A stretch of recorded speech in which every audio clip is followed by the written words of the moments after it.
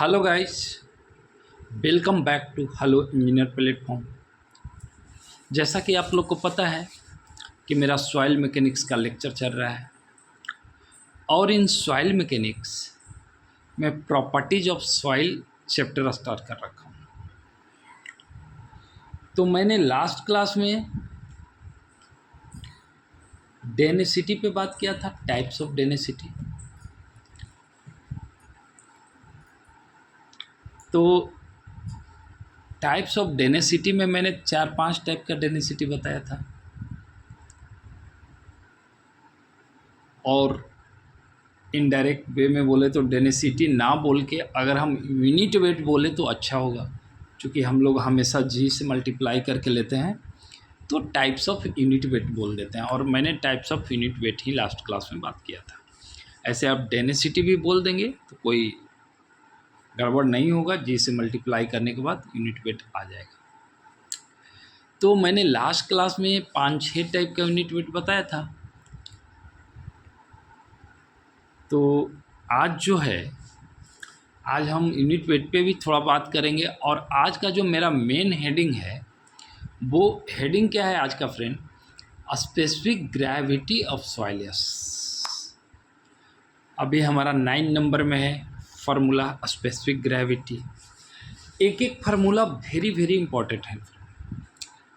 एक एक फार्मूला जो है वेरी वेरी इंपॉर्टेंट है। मैं फिर से बोल रहा हूँ, प्रॉपर्टीज ऑफ सॉइल जो है backbone of our soil mechanics, और soil mechanics the backbone of our civil engineering. तो एक एक चीज़ को आप लोग अच्छे से देखिए। मुझे लगता है कि एक बार आप अच्छे से यहाँ देख लिए तो फिर कहीं आपको पढ़ने की ज़रूरत नहीं है।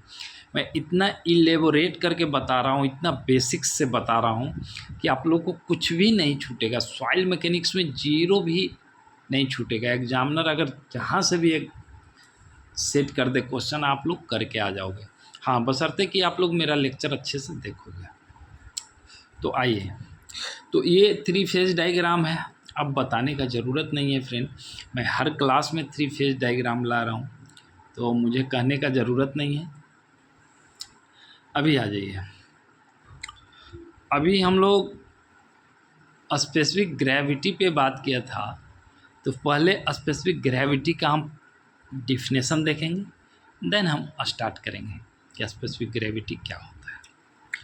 तो स्पेसिफिक ग्रेविटी, इसका सिंबल होता है बड़ा जी। इस सिंबल बहुत मायने रखता है फ्रेंड। स्पेसिफिक ग्रेविटी का सिंबल होता है बड़ा जी, और स्मॉल जी जो होता है फ्रेंड वो ग्रेविटेशनल एक्सेलरेशन होता है। ये तो मैं बताया था, तो कंफ्यूज नहीं होना है स्मॉल जी और बड़ा जी में। तो ये हमारा बड़ा जी हो गया specific gravity. Specific gravity actually में होता क्या है friend? Specific gravity of the soil is defined as the, यहाँ तक तो लैंग्वेज सब में सेम रहता है, as the ratio of the unit weight of soil solids. अभी देख लीजिए, unit weight of soil solid gamma S दिख पा रहा है, gamma S to the unit weight of water at a standard temperature, at a standard temperature, typically temperature 27 degree Celsius.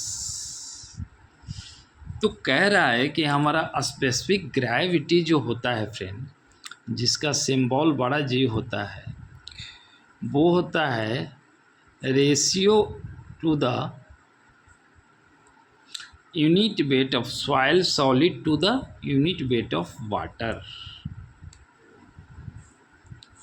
This is known as specific gravity of soil. ठीक है, where ये क्या है? Gamma S unit weight of soil solid, या soil नहीं बोल सकते, soil solid, ठीक है। और ये क्या है friend, unit weight of water. अब तो आप स्पेसिफिक ग्रेविटी बोल दिया कि unit weight of soil solid upon में यूनिट वेट ऑफ वाटर। तो अब यूनिट वेट तो मैं बताया हूँ, यूनिट वेट निकालने का फॉर्मूला तो बताया हूँ कि यूनिट वेट क्या होता है फ्रेंड, टोटल वेट अपॉन में टोटल वॉल्यूम, समझ गए। तो अब मुझे ये अगर निकालना हो गामा एस, तो गामा एस क्या है, हमको सॉइल सॉलिड का अगर यूनिट वेट निकालना हो तो क्या हम ये लिख सकते हैं कि weight of soil solid upon में वॉल्यूम ऑफ सॉइल सॉलिड, ऐसा लिख सकते हैं क्या। This is known as unit weight of soil solid. ये एक हो गया। उसके बाद इसी सेम वे से अगर हम यहाँ पे वाटर का यूनिट वेट लिखना चाहें तो क्या मैं लिख सकता हूँ कि वेट ऑफ वाटर अपॉन में, कहाँ गया, वेट ऑफ वाटर अपॉन में वॉल्यूम ऑफ वाटर, ठीक है। तो आपको क्या लगता है फ्रेंड कि मैं जो 3 फेज डायग्राम हर चैप्टर में जो ला रहा हूँ हर क्लास में, तो आप लोग को लगता है अरे यार ये 3 फेज बार बार क्यों लिखे। 3 फेज लाने का ज़रूरत है फ्रेंड, बिकॉज टोटल जो हमारा फार्मूला है 3 फेज पे डिपेंडेंट है। अभी आप देख लीजिए ना, आप कहाँ से चले थे, आप चले थे specific gravity of soil solid से, तो उसमें कह दिया कि unit weight of soil solid upon में यूनिट वेट ऑफ वाटर। तो हम यूनिट वेट का फार्मूला जानते हैं फ्रेंड, यूनिट वेट का, हम यूनिट वेट का फार्मूला जानते हैं कि हमारा क्या होता है, total weight by total volume. उसी प्रकार से अगर हम total weight by total volume कह दिए, ये तो टोटल के लिए हो गया, ये देखिए पूरा सॉइल सैंपल के लिए हो गया total weight by total volume. अगर हम सिर्फ इतना का बात कर रहे हैं, आप समझ पा रहे हैं, सॉइल सॉलिड का बात कर रहे हैं, तो हम क्या यहाँ पे एस अगर लगा दिया इसमें, यहाँ पे अगर एस लगा दिया इसमें, तो क्या हम ये वेट में भी एस लगा देंगे, मतलब वेट ऑफ सॉइल सॉलिड हो जाएगा। अपॉन में वॉल्यूम था टोटल, तो हम अभी टोटल वॉल्यूम पे नहीं जाएंगे, अभी हम वॉल्यूम भी इस पे बात करेंगे, वीएस पे। तो मुझे लगता है कि आप लोग ये समझ गए होंगे कि मैं क्या समझाना चाह रहा हूँ। हमारा 3 फेज डायग्राम जितना बार भी बनाएं कम है फ्रेंड, ठीक है ना। जितना भी बार अगर मैं बनाता हूँ 3 फेज डायग्राम, मुझे लगता है कि कम है फ्रेंड। अब आ जाइए, अब हम लोग एक और फार्मूला है हमारा यूनिट वेट स्पेसिफिक ग्रेविटी का, जो कि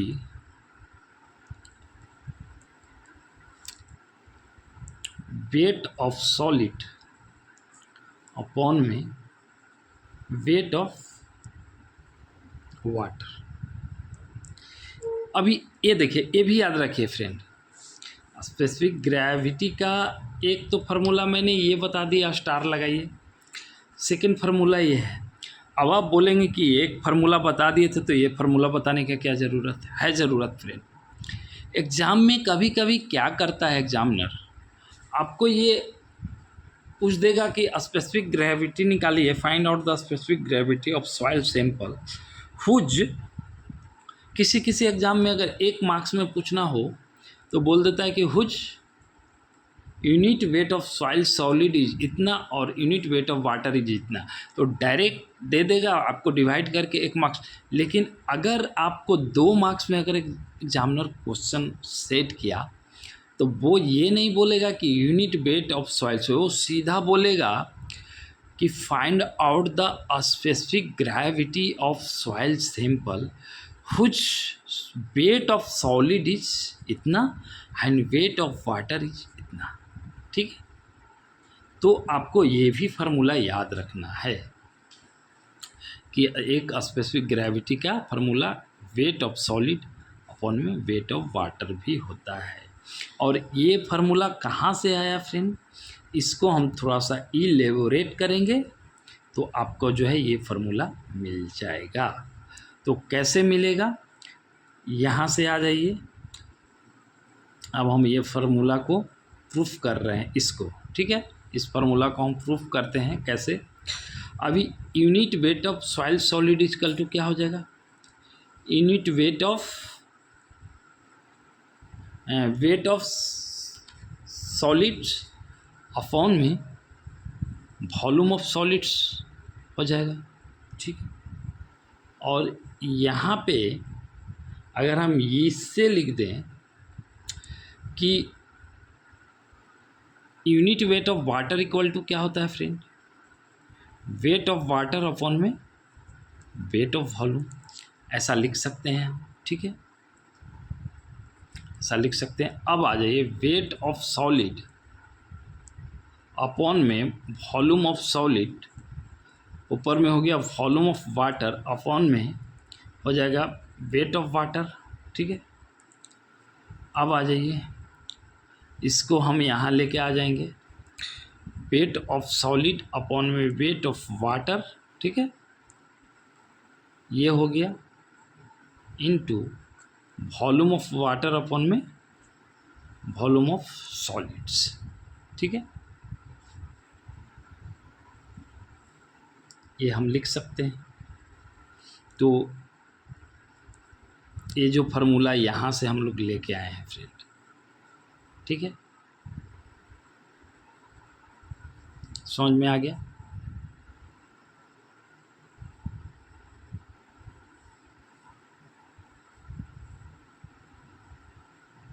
समझ गए आप लोग ना, यस।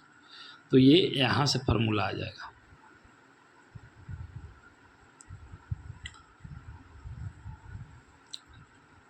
और एक और फार्मूला है फ्रेंड, जो कि specific gravity equal to density of soil solid upon में डेंसिटी ऑफ वाटर।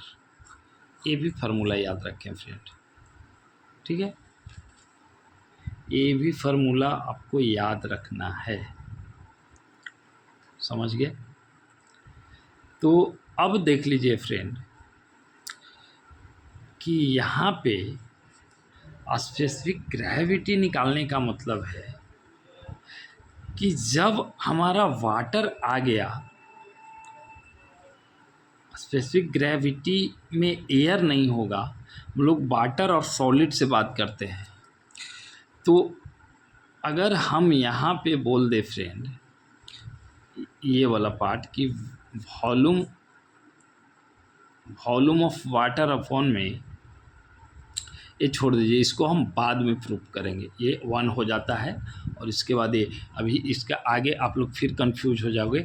आप इतना समझिए कि ये जो पार्ट है 1 के बराबर आ जाएगा, हम ये बाद में प्रूव कर देंगे। ठीक है, तो ये यहाँ से निकल गया वेट ऑफ सॉलिड अपॉन में वेट ऑफ वाटर, एक स्पेसिफिक। अभी यहाँ से डेंसिटी कैसे हो गया फ्रेंड, मैं आपको बताया था कि डेंसिटी को अगर जी से मल्टीप्लाई कर देते हैं तो आपका क्या हो जाता है, यूनिट वेट हो जाता है ना क्या। इसको भी जी से मल्टीप्लाई कर देंगे, यूनिट वेट ऑफ वाटर। तो जी कट गया अगर, तो ये डेंसिटी के टर्म में आ जाएगा। तो ये तो आसान है, ठीक है, समझ गया। ओके, तो ये था फ्रेंड आपका स्पेसिफिक ग्रेविटी का 3 फार्मूला। कौन कौन सा, अभी मैं फिर से लिखता हूँ, आप लोग इसको जस्ट मेमोराइज। ये तीनों ही फार्मूला पे आपका वो आएगा फ्रेंड, 1,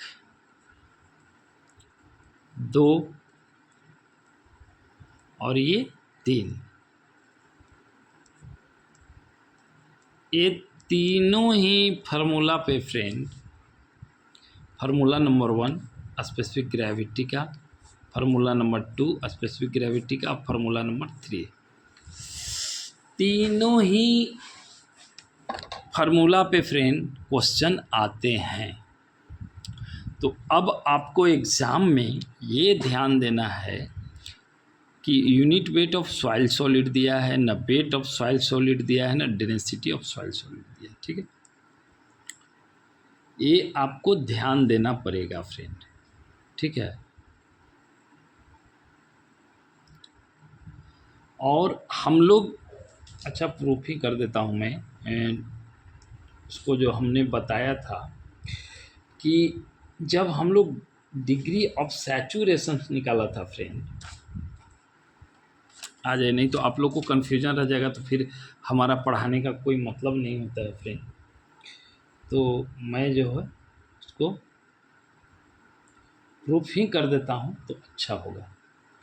ठीक है ना, हम लोग डिग्री ऑफ सैचुरेशन का फार्मूला क्या जानते हैं? वेट ऑफ वाटर ऑन में वेट नहीं, वॉल्यूम ऑफ वाटर अपॉन में वॉल्यूम ऑफ वाइड्स। तो क्या ये वॉल्यूम ऑफ वाइड्स को हम लोग क्या लिखे थे? एयर, इतना लिखे थे क्या फ्रेंड? ठीक है, इतना तो लिखे थे हम लोग। और अगर हम फुल्ली सैचुरेटेड का बात करेंगे तो ये 0 हो जाएगा, क्योंकि एयर का यहाँ सिर्फ सॉलिड और उसका बात हो रहा है, तो ये 1 हो जाएगा क्या? इन द सेम वे ये जो हमारा VS आ गया फ्रेंड, वॉल्यूम ऑफ सॉलिड, ये तो कांस्टेंट हो गया हमारा, ये तो कांस्टेंट हो गया, ये तो चेंज होगा नहीं। तो चेंज क्या होगा यहाँ पे? एयर वाला पार्ट और वाटर वाला पार्ट। तो volume of solid total volume में अगर चलें तो एयर और वाटर चेंज होगा, तो एयर भी 0 हो जाएगा। ठीक है, वॉल्यूम ऑफ सॉलिड भी कांस्टेंट है, तो अगर वाटर चेंज होगा तो वाटर बाई वाटर होके हमारा 1 हो जाएगा। यहाँ पे अभी आप लोग नहीं समझेंगे, आगे एक जब प्रूफ करेंगे वहाँ पे आप लोग को समझ में आएगा। तो इसको रहने दीजिए, अभी इसका आगे और भी एक क्लास में इस चीज़ को मैं प्रूफ करूँगा, इस चीज़ को वॉल्यूम ऑफ वाटर और वॉल्यूम ऑफ सॉलिड 1 कैसे हो गया, उसको अभी रहने दीजिए।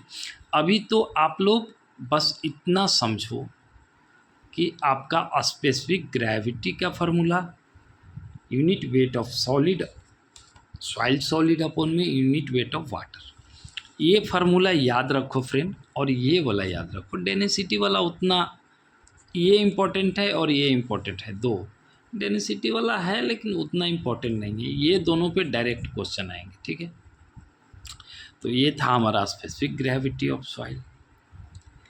एक हमारा इसी में आता है मास स्पेसिफिक ग्रेविटी। ठीक है, क्या आता है फ्रेंड? मास स्पेसिफिक ग्रेविटी। छूटना नहीं चाहिए फ्रेंड, मैं अगर पढ़ा रहा हूँ तो कोई भी चीज़ आपका छूटना नहीं है। एक होता है मास स्पेसिफिक ग्रेविटी। ठीक है, मास स्पेसिफिक, रुकिए मैं नेक्स्ट पेज ले लेता हूँ, नहीं तो फिर आप लोग कंफ्यूज हो जाओगे। कुछ भी छूटना नहीं है फ्रेंड, अगर मैं एक बार पढ़ा रहा हूँ, अभी तो हम लोग स्पेसिफिक ग्रेविटी का 3 फार्मूला पढ़ लिया, एक बार मैं समराइज कर दे रहा हूँ। G equal to gamma S by gamma W, दिख पा रहा है ना? G equal to WS by WW और G equal to rho S by rho W। ये 3 फार्मूला मैं समराइज कर दिया आप लोग के लिए। ये स्पेसिफिक ग्रेविटी का फार्मूला है फ्रेंड, याद रखें। उसके आगे एक इसी में कभी कभी एग्जाम में डायरेक्ट आपको मास स्पेसिफिक ग्रेविटी बोल देगा, तो अभी आप क्या है कंफ्यूज हो जाएगा, आपको लगेगा स्पेसिफिक ग्रेविटी और मास स्पेसिफिक ग्रेविटी एक ही है। अगर जो बच्चा को नहीं पता है तो, नहीं तो अगर आपको मैं अभी बता रहा हूँ कि मास स्पेसिफिक ग्रेविटी अलग होता है, मास स्पेसिफिक ग्रेविटी, इसको हम लोग जीएम से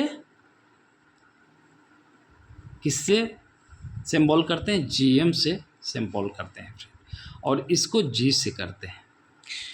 इसमें अंतर क्या है मैं बताता हूँ। पहले मास स्पेसिफिक ग्रेविटी का डिफिनेशन देखिए। देयरफॉर जीएम इक्वल टू क्या हो जाएगा, bulk unit wait, yes, BUL की बल्क यूनिट वेट अपॉन में यूनिट वेट ऑफ वाटर। अब आपको लग रहा होगा कि ये तो सेम ही है, बट सेम नहीं है फ्रेंड। ये बल्क यूनिट वेट कहने का मतलब फ्रेंड मैं बताया था कि बल्क यूनिट वेट कहने का मतलब आपका हो गया ये total weight by total volume, ठीक है। This is known as bulk unit weight ये।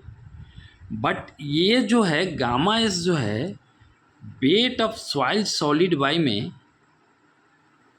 वेट ऑफ, यहाँ पे गामा एस निकालने के लिए क्या हम लोग लिखेंगे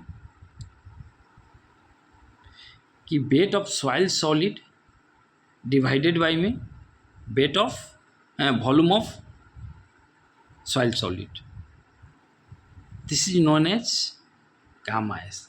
बल्क निकालने का मतलब क्या हो जाएगा, बल्क का क्या हो जाएगा फॉर्मूला आपका, गामा बल्क इक्वल टू हो जाएगा W बाई में V, this is known as gamma bulk. But हम अगर गामा एस निकाल रहे हैं तो W S बाई VS। अब आप देख लो फ्रेंड कितना डिफरेंस है। ये पूरे ही सॉइल सैंपल का बल्क यूनिट वेट है, बट ये जो है सॉइल सॉलिड का, अभी सॉइल सैंपल और सॉइल सॉलिड आप लोग समझ पा रहे हैं कि नहीं, मैं समझाता हूँ। This is called total soil sample, ठीक है, और this is called total soil solid. ये सॉलिड पार्ट का डेंसिटी है फ्रेंड गामा एस, और ये टोटल का गामा बी है। तो अगर हम जहाँ गामा बी यूज करेंगे bulk unit weight divided by unit weight of water, this is known as mass specific gravity. But अगर हम लोग सिर्फ स्पेसिफिक ग्रेविटी बोलेगा तो हम लोग यूज करेगा gamma S by unit weight of water. तो मुझे लगता है कि आप लोग को बल्क यूनिट वेट और unit weight of soil solid समझ में आया होगा। उसके बाद को स्पेसिफिक ग्रेविटी और मास स्पेसिफिक ग्रेविटी भी समझ में आया होगा। अब एक क्वेश्चन उठता है फ्रेंड कि स्पेसिफिक ग्रेविटी और मास स्पेसिफिक ग्रेविटी में ज़्यादा कौन है कम कौन है, ठीक है। तो हमारा जो हो जाएगा specific gravity is greater then mass specific gravity. अभी आप लोग खतरनाक वाला कंफ्यूज करोगे कि अरे ये तो मास स्पेसिफिक ग्रेविटी बोल रहा है और ये स्पेसिफिक ग्रेविटी, फिर ये ज़्यादा कैसे हो गया मास से। यस फ्रेंड, ये मास से ज़्यादा ही है जी, और ये कन्फ्यूजन सबको होता है। अब ये कैसे ज़्यादा हुआ फ्रेंड, थोड़े ही देर में 5 मिनट बाद मैं इसको एक्सप्लेन करूँगा, लेकिन आप यहाँ पे याद रखें 1 नंबर में क्वेश्चन आता है कि स्पेसिफिक ग्रेविटी और मास स्पेसिफिक ग्रेविटी में मोर कौन है। स्पेसिफिक ग्रेविटी है ना मास स्पेसिफिक, आपको टिक लगाना है specific gravity is a more as compare to mass specific gravity. G greater than होगा जीएम से, वो कैसे फ्रेंड वो हम आपको थोड़ी देर में एक्सप्लेन करेंगे। आगे एक हमारा रिलेशन है, आइए अब वो रिलेशन हम आगे देखेंगे, ठीक है ना। यहाँ पे देखिए एक मैं वो लेके आया हूँ, जितना भी हमारा यूनिट वेट है friend, unit weight of soil solid, unit weight of saturated soil, ठीक है, saturated unit weight, bulk unit wait, dry unit weight and submerged unit weight.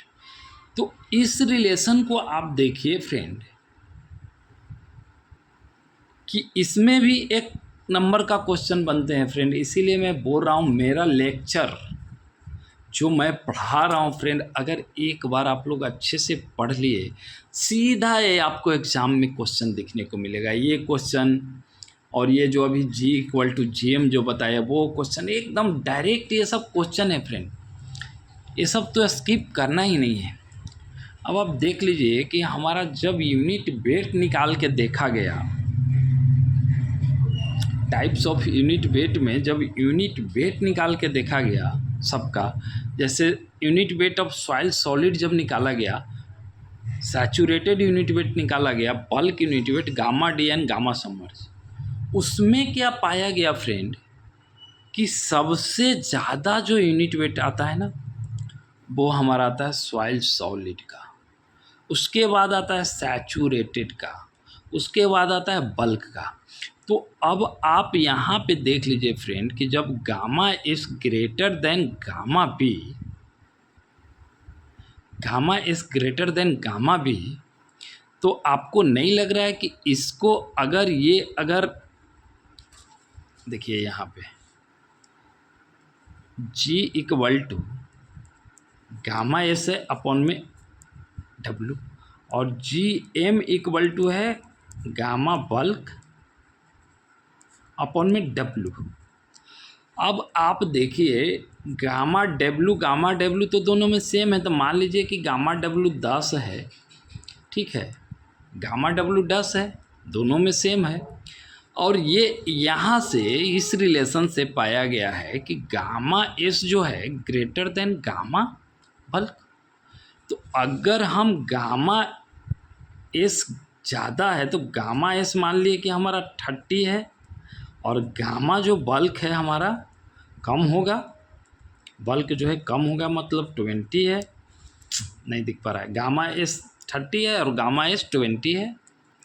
तो अब मैं, और ये नीचे जो है गामा डब्लू वो तो सेम है, तो अब हम यहाँ से GM निकालेंगे फ्रेंड। कैसे G ज़्यादा होता है वो दिखाता हूँ। तो ये 30/10 कितना हो गया 3, और GM= क्या हो जाएगा 20/10 2। तो आपको क्या नहीं लग रहा है 3 इज़ ग्रेटर देन 2, और कह सकते हैं G is greater than GM। क्या आपको ये समझ में आ गया कि मैं क्या कहना चाह रहा हूँ? समझ में आ गया ना कि अगर किसी संख्या को सेम संख्या से डिवाइड कर रहे हैं, दो नंबर को सेम नंबर से डिवाइड कर रहे हैं, और एक नंबर ज़्यादा है gamma S greater than gamma bulk, तो गामा एस अगर 30 है तो गामा बल्क उससे कम है मतलब 20 मान लिया। तो इसको हम 10 से डिवाइड किया तो 3 आ गया, इसको 10 से डिवाइड किया तो 2 आ गया। तो अगर ये 3 आ गया G= और GM=2 आ गया, तो इससे प्रूफ होता है कि हमारा गामा जो है G जो है ग्रेटर देन है GM। और ये भी याद रखिए फ्रेंड, पूछ देगा अरेंज द, देखिए क्वेश्चन कैसे एग्ज़ाम में क्वेश्चन कैसे सेट करता है फ्रेंड, मैं बता रहा हूँ तो कितने लोग को लग रहा है इतना डिटेल्स में क्यों सर बता रहे हैं। डिटेल्स में बताने की ज़रूरत है फ्रेंड सॉइल मैकेनिक्स। अगर आपने डिटेल्स में सॉइल मैकेनिक्स नहीं पढ़ा फ्रेंड तो फिर आप समझिए कि कोई काम का नहीं है, या फिर सॉइल मैकेनिक्स आपका कोई काम का नहीं रहा। ये आपको दे देगा क्वेश्चन में कि a soil mass sample whose, ऐसे लिख देगा, गिवन सॉइल मास ऐसे लिख देगा। क्वेश्चन मैं लिखता हूँ फ्रेंड, अभी आप लोग कंफ्यूज हो जाओगे। लिखेगा कि अ सॉइल सैंपल हुज उसका गामा एस दे देगा, गामा सैट दे देगा, गामा बल्क दे देगा, गामा सबमर्ज दे देगा और गामा ड्राई दे देगा। कि किसी सॉइल का ये जो है डेंसिटी इतना इतना इतना इतना है, तो arrange the unit weight of soil sample in ascending order, बढ़ते हुए क्रम में, और एक होता है डिसेंडिंग ऑर्डर, घटते हुए क्रम में। बढ़ते हुए क्रम में मतलब ऐसा बढ़ जाएगा, और घटते हुए क्रम में मतलब ऐसा घट जाएगा। अभी बढ़ते हुए क्रम में अगर बोल दिया तो यहाँ से चलेंगे, गामा सबमर्ज से चलेंगे फ्रेंड। सबसे कम गामा सबमर्ज, उसके बाद गामा डी, उसके बाद गामा बल्क, उसके बाद गामा सेच, उसके बाद गामा एस। तो अगर बढ़ते हुए क्रम में बोल देगा असेंडिंग ऑर्डर में, तो इधर से आप चल के गामा एस तक पहुंच जाइए। अगर डिसेंडिंग ऑर्डर का बात कर दिया तो आप सबसे पहले ये फिर ये फिर ये फिर ये फिर ये, मतलब ज़्यादा से कम में जा रहे हैं और कम से ज़्यादा में। अगर असेंडिंग कहने का मतलब क्या होता है फ्रेंड, असेंडिंग ऑर्डर कहने का मतलब है कि हम कम से ज़्यादा में जा रहे हैं, ठीक है, इधर जा रहे हैं ऐसे। और डिसेंडिंग ऑर्डर कहने का मतलब होता है फ्रेंड कि हम ज़्यादा से कम में आ रहे हैं। सिंबल भी याद रखें असेंडिंग डिसेंडिंग का। और ये जो है फ्रेंड आप लोग के लिए आज का जो लेक्चर है, समझिए कि 2 से 3 मार्क्स का ये लेक्चर है फ्रेंड, ठीक है ना। तो आइए, अभी हमने जो बताया कि मास ऑब्लिक एपरेंट स्पेसिफिक, यस, और एक ये भी नाम होता है मास का, एक एपरेंट भी होता है नाम स्पेसिफिक, ये भी याद रखें। कभी कभी एपरेंट स्पेसिफिक ग्रेविटी भी पूछ देता है, और लोग हैं जो गामा एस यहाँ पे स्पेसिफिक ग्रेविटी वाला फार्मूला लगाते हैं, मज़े में गामा एस भी दिया है, गामा बल्क भी दिया है, मज़े में gamma S by gamma W करके आ जाएंगे, बोलेंगे आज सर मेरा तो एकदम एग्ज़ाम मस्त गया सर, मैं तो टॉप कर जाऊंगा। जब रिजल्ट आता है तो पता चलता है अरे मार्क्स तो 0 आ गया आपका। तो चाहे गामा एस नहीं, गामा बल्क लगाना है। तो ये देख लीजिए, G M equal to gamma bulk by gamma W, और ये भी याद रखिए G greater than G M. उसके बाद ये 3 फार्मूला मैं बता ही दिया स्पेसिफिक ग्रेविटी का। उसके बाद और क्या है, हाँ, जी M equal to mass specific gravity, gamma bulk equal to bulk unit weight of soil, और gamma W unit weight of water. Yes, तो ये था फ्रेंड आज का हमारा लेक्चर। स्पेसिफिक ग्रेविटी पे मैंने बात किया, स्पेसिफिक ग्रेविटी, उसके बाद मास स्पेसिफिक ग्रेविटी, उसके बाद ascending order of unit weight, types of unit weight, ये सारा मैंने बात किया। आज का लेक्चर वेरी वेरी इंपॉर्टेंट है। आज का लेक्चर अगर सिर्फ इतना आप मेमोराइज कर लिया है तो समझिए कि आपका हर एग्ज़ाम में 3 मार्क्स का क्वेश्चन आपका छूटेगा नहीं।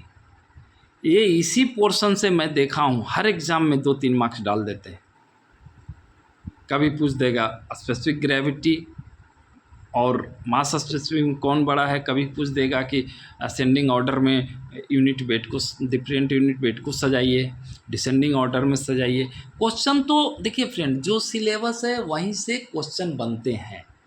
क्वेश्चन आपको कहीं से बाहर से नहीं रहेगा। अगर कहीं बाहर से एग्जामिनर सेट कर दिया क्वेश्चन फ्रेंड, तो क्या आप कोट नहीं कर दोगे? अगर आप पूरा सिलेबस पढ़ के गए हो और आपका सिलेक्शन नहीं हुआ, और आपने देखा कि जो मैं पढ़ के गया या फिर जो एग्जामिनेशन में सिलेबस दिया गया था उससे बाहर से क्वेश्चन आ गया और आप नहीं बना पाए, तो क्या आप कोट कर दोगे, केस कर दोगे? तो फंस जाएगा ना एग्जामिनर। तो एग्जामिनर क्या करता है, वो सिलेबस आपका देखेगा कि अच्छा बच्चा क्या क्या पढ़ के आया, इसी में से हम क्वेश्चन सेट करेंगे। लेकिन वो ऐसा क्वेश्चन को नचाता है फ्रेंड कि सामने वाला का दिमाग जो है दही हो जाता है। तो आपका दिमाग दही ना हो, इसलिए मैंने सारा ही चीज़ एक साथ लेके आ गया फ्रेंड। ये बल्क यूनिट वेट का, ये यूनिट वेट का टाइप्स में मैं असेंडिंग डिसेंडिंग बता सकता था, लास्ट क्लास में, लेकिन मैं बताया नहीं था। मैं सोचा था जब स्पेसिफिक ग्रेविटी पढ़ाऊँगा तो बताऊँगा, जो कि बताया। ओके फ्रेंड, आज का मैं लेक्चर यहीं पे समाप्त करता हूँ। इससे आगे का टॉपिक प्रॉपर्टी हम नेक्स्ट क्लास में लेके आएंगे। आज के लिए हमारा लेक्चर यहाँ पे समाप्त होता है। अगर कोई न्यू स्टूडेंट वीडियो को देख रहे हैं तो चैनल को सब्सक्राइब करें, बेल आइकन दबा लें, ताकि मैं जब नेक्स्ट वीडियो डालूँ तो आपका मोबाइल में नोटिफिकेशन जा सके और आप वीडियो देख पाओ। Okay friend, bye. हम फिर मिलेंगे नेक्स्ट वीडियो में।